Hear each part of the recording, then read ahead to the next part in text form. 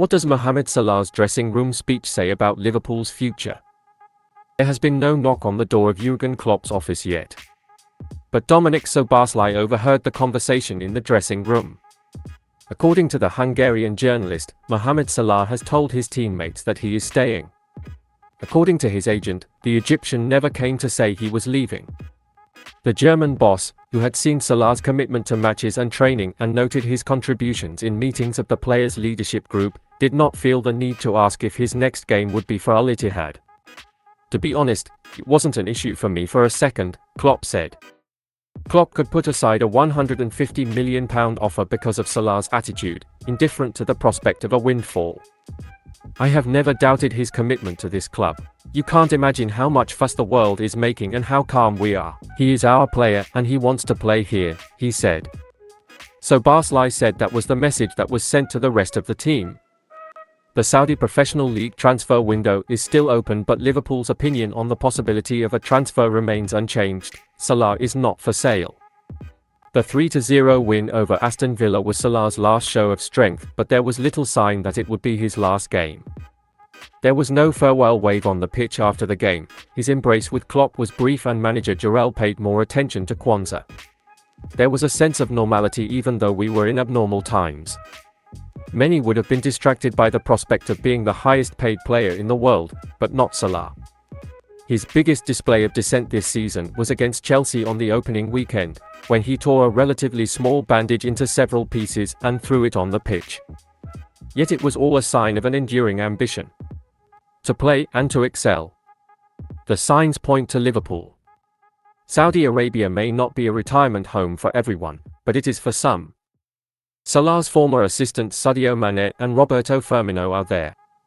The Senegalese went there after a troubled season at Bayern Munich, and the Brazilian when he felt the race was over. But even at 31, Salah is in a form that suggests he is not getting old. He may have replaced Erling Haaland, who won the Golden Boot every year, but he can be more creative than ever. Perhaps no striker in the Premier League poses such an all-round threat. As the highest-paid player in Liverpool's history, he's no slouch.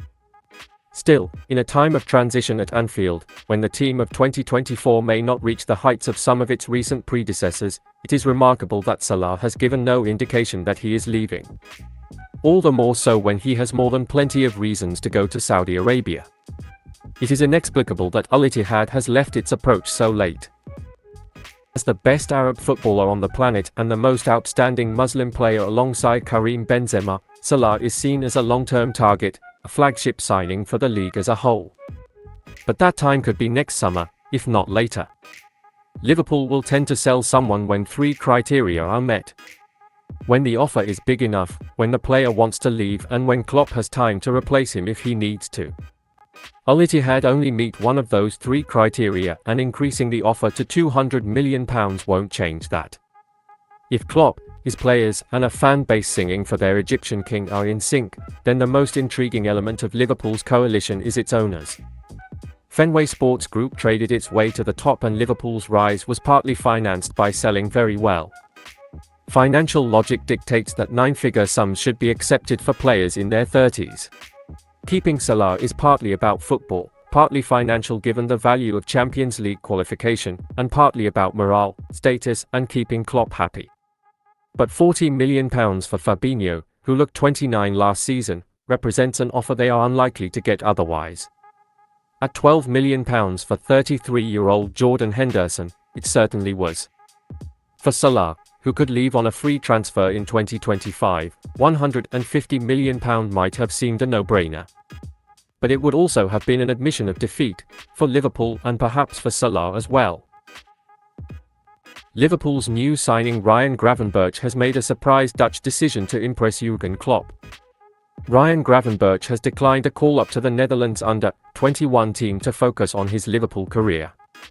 The Dutch team will play Moldova and North Macedonia in Euro 2025 U21 qualifiers this month after being knocked out of the tournament at the group stage this summer. Gravenberch, 21, has been alternating between his country's A and U21 teams for some time. He has made 11 appearances for both teams. He was not included in the Qatar World Cup squad and played for the youth team at the Summer Euros instead of Ronald Koeman's Nations League finals campaign. Once again left out of the Netherlands main squad, Gravenberch will remain on Merseyside to continue working with Liverpool boss Jürgen Klopp following his £34 million deadline day transfer. Ryan Gravenberch will not travel to Zeist to join the Netherlands youth national team for this international match, the national team said in a statement. The Liverpool midfielder told his coach Michael Riesiger that he wanted to focus on his new club during the internationals in September and therefore would not feel ready. Gravenberch did not register in time to make his debut against Aston Villa on Sunday and is now focused on preparing to play for Wolves after the international break. Ryan Gravenberch joined Liverpool on the final day of the transfer window and will be paid €40 million to his former club Bayern. He is only 21 years old and is definitely a player with room for improvement. He hopes to show his potential again under Klopp. Trent Alexander-Arnold's performance was absolutely remarkable after Liverpool beat Aston Villa. The Reds hosted Unai Emery's Aston Villa on Sunday afternoon and came away with a 3-0 win. Steve Nicol admitted he was at home cheering for Trent Alexander-Arnold as he watched Liverpool beat Aston Villa in emphatic fashion on Sunday. Nicol was full of praise for the Reds after they maintained their place among the Premier League pace-setters with a superb win over Unai Emery's men. Trent Alexander-Arnold failed to score on Sunday. But he certainly played a starring role in the win, just a week after having a much more difficult day at Newcastle. Alexander-Arnold actually assisted the opening goal and his corner found its way to Dominik Szoboszlai. The Hungarian centre-fierce shot towards the far corner of the goal. According to Who Scored, Alexander-Arnold made 5 key passes during the match. And some of his long balls were absolutely brilliant. Some of his passes to Mohamed Salah made his day a lot more entertaining. And Nicol admitted he was amazed by what he saw from the England international in the win over the Villains. I have to say, I know I was a bit hard on Alexander-Arnold, especially with his defense. He had about 3 passes today that I sat in front of the TV and applauded, Nicol said. The thing is, Alexander-Arnold's quality on the ball has never been in doubt. Anyone who thinks he is world-class in possession is absolutely wrong. The problem comes when he has days like last weekend. He had a difficult time against Anthony Gordon.